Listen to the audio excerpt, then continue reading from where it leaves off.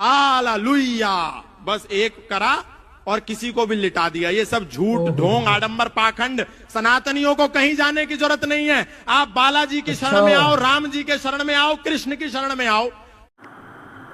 तो बाबा जी, मैं आपके हर सवालों का जवाब दूंगा, लेकिन उससे पहले मैं आपको बताना चाहूंगा कि अधूरा ज्ञान से लोगों को भरमाया जाता है, अपने आप को धोखा दिया जाता है, क्योंकि इंसान किसी एक बातों को लेके ये सोचता है कि मैं बहुत ज्ञानी हूँ, मैं बहुत ज्ञान को प्राप्त कर लिया हूँ, लेकिन असल मायने में वो अपने आप को धोखा दे रहा है। पवित्र शास्त्र का ज्ञान उस परमेश्वर से मांगने की आपको आवश्यकता है।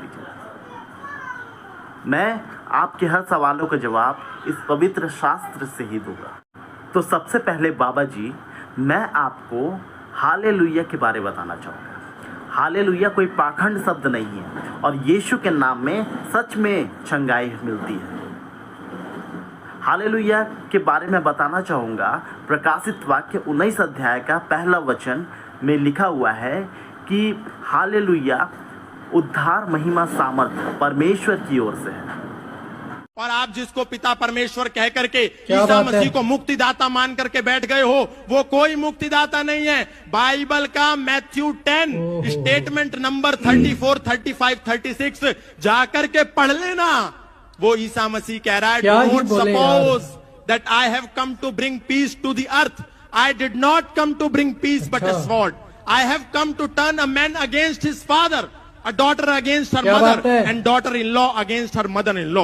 Man's enemy will be the member of his own household. ये मत समझो। Yes, Baba ji.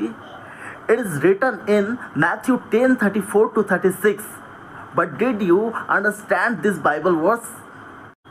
Because if you had understood these words, you would not have said that. Okay, Baba ji. इसलिए बिना जानकारी का ज्ञान को मत बांटिए, क्योंकि अधूरा ज्ञान से लोगों को मूर्ख बनाया जाता है। इसलिए पहले आप उस वचन को समझिए, फिर बोलिए। ये मत समझो कि मैं इस धरती पर शांति का पैगाम लेकर के आया हूँ। मैं तो इस धरती पर तलवार का आह्वान लेकर के आया हूँ, ताकि एक ही घर में एक बेटा अपने पिता का शत्रु हो जाए, एक बेटी अपनी माँ की शत्रु हो जाए, एक पुत्र वधू अपनी सास की शत्रु हो जाए, और हम उसको मुक्तिदाता कह रहे।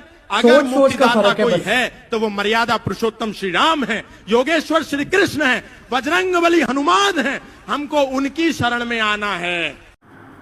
अब बाइबल का यह वचन को मैं आपको समझाना चाहता हूँ।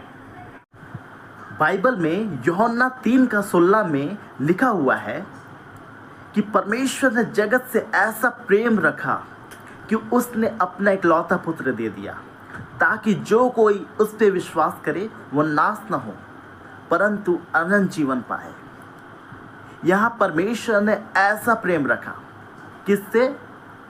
जगत से, जगत में जितने भी लोग हैं उनसे, कि उसने अपना इकलौता पुत्र यानी यीशु मसीह को इस संसार के लिए दे दिया, ताकि जब उस पे जो भी लोग विश्वास करते हैं, पूरे सृष्टि में जितने भी लोग हैं, जितने भी मनुष्य हैं जो उस पे विश्वास करते हैं, वह नाश ना हो परंतु अनंत जीवन पाए। यह प्रेम को दर्शा रहा है, ये नहीं कि मार काट को दर्शा रहा है परमेश्वर का वचन।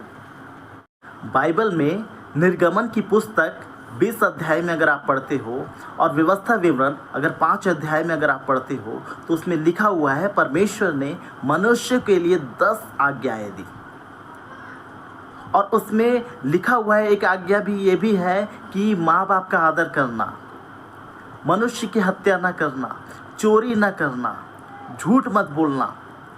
ये क्या दर्शा रहा? प्रेम को दर्शा रहा है, ये अच्छे कर्मों को दर्शा रहा है। ये परमेश्वर ने आपके लिए और हमारे लिए दिया, ये मनुष्य के लिए दिया। फिर आप कैसे बोल सकते हो उस परमेश्वर को कि वो इस संसार में तलवार चलाने आया? आप पढ़िए बाबा जी, बाइबल को पढ़िए। पहला यूहन्ना 4 अध्याय का 8 पद में लिखा हुआ है कि जो प्रेम नहीं रखता वह परमेश्वर को नहीं जानता, क्योंकि परमेश्वर प्रेम है।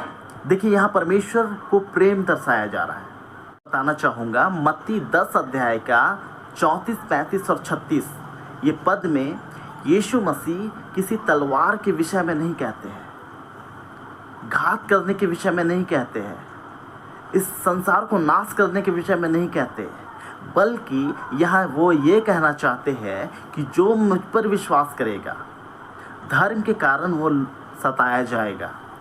कई बार ऐसे होता है कि लोग धार्मिक कार्यों में रुचि रखते हैं लेकिन उसके घर वाले ही उसका विरोध करते हैं। कोई अच्छे कामों को करना चाहते हैं लेकिन लोग उसका विरोध करते हैं, लोगों का विचार मिलता नहीं है।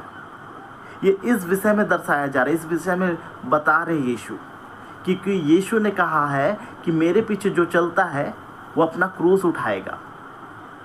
यदि बाबा जी आपको परमेश्वर का वचन का या बाइबल का वचन का आपको ज्ञान होता, समझ होता, तो आपको पता होना चाहिए कि यीशु मसीह अक्सर लोगों से उदाहरण में बातें करते थे। इसलिए इन बातों के द्वारा परमेश्वर आपको सद्बुद्धि और सद्ज्ञान दे ताकि आप लोगों को भरमाएं नहीं और लोगों को सत्य बोले।